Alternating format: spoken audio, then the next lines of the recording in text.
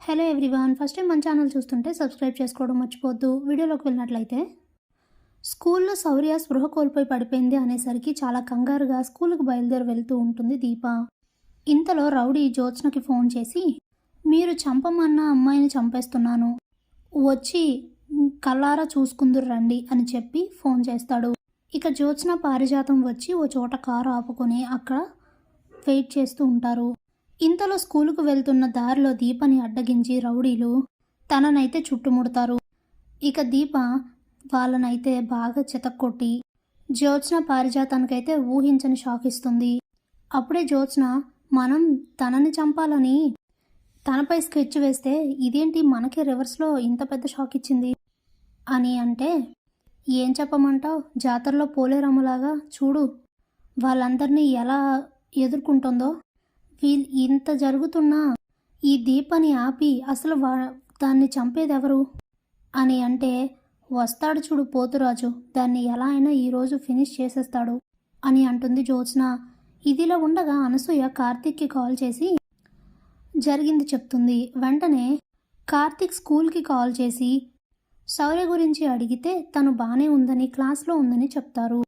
దాంతో చాలా టెన్షన్ అనిపిస్తుంది కార్తీక్కి. వెంటనే కార్ తీసుకొని దీప కోసం బయలుదేరి వెళ్తూ జరిగేదంతా చూస్తుంటే దీప ఏదో ప్రమాదంలో ఉన్నట్టుంది అని అనుకుని వెంటనే కార్తీక్ దీప ఉన్న చోటకి వస్తాడు. ఇంతలోనే జ్యోత్స్న పురమాయించిన రౌడీ కత్తి తీసుకొని వెనక నుండి దీపను పొడవడానికి వస్తూ ఉంటే అప్పుడే ఆ కత్తి దీపకి తగలకుండా ఆపి ఆ రౌడీనైతే బాగా చితక్కొడతాడు కార్తీక్.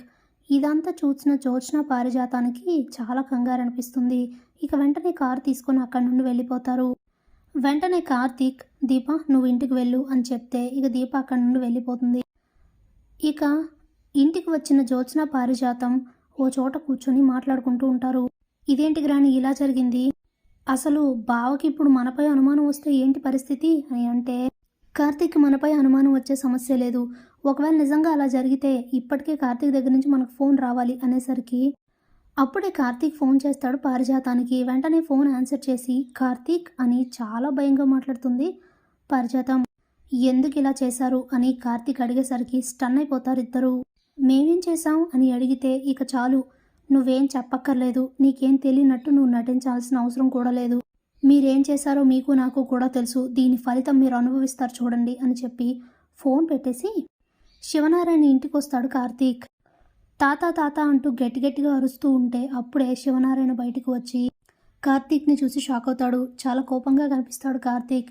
ఏంట్రా నా ఇంటికి ఎందుకు వచ్చావు, అయినా ఎందుకలా అరుస్తున్నావు, ఇప్పుడు మేమేం చేసాం అని శివనారాయణ అడిగితే, మేము కాదు నువ్వేం చేయకపోయినా నీ మనవరాలు నీ భార్య కలిసి ఏం చేశారో తెలుసా అని అడిగితే, ఏమైందో ముందు చెప్పు అని అడుగుతాడు శివనారాయణ.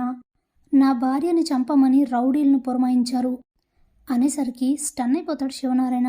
ఏం మాట్లాడుతున్నావు కార్తీక్, నోటికి ఏదొస్తే అది వాగుతున్నావు అని అడిగితే అప్పుడే కార్తీక్, నాకు తెలుసు తాత, ఇది నేను నోటితో చెప్తే నమ్మవని నాకు తెలుసు, అందుకే సాక్ష్యంతో సహా వచ్చాను అని చెప్పి జ్యోత్స్న పురమాయించిన రౌడీని తీసుకువచ్చి శివనారాయణ కాళ్ళ దగ్గర పడేస్తాడు కార్తీక్. ఇంతలోనే జ్యోత్స్న పారిజాతం కూడా అక్కడికి వచ్చి అదంతా చూసి స్టన్ అయిపోతారు ఒక్కసారిగా. అప్పుడే కార్తీక్, చెప్పు మర్యాదగా నిజం చెప్పు అని అంటే ఇక ఆ రౌడీ జరిగింది చెప్తాడు. జ్యోత్స్నను చూపిస్తూ, ఈ మేడం గారే ఈయన భార్యని చంపమని నాకు డబ్బులు ఇచ్చారు, అందుకే నేను ఇలా చేశాను అని చెప్తాడు. ఒక్కసారిగా ఆ మాట వినగానే స్టన్ అవుతాడు శివనారాయణ.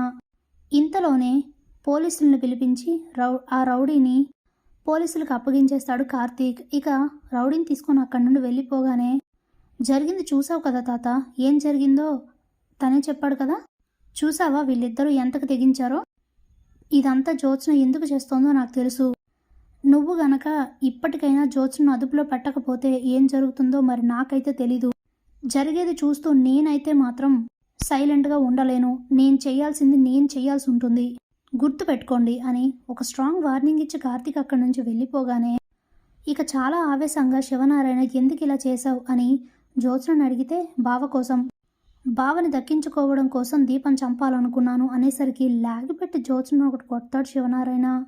దాంతో పారిజాతానికి పెద్ద షాక్ తగిలి సైలెంట్ అయిపోతుంది.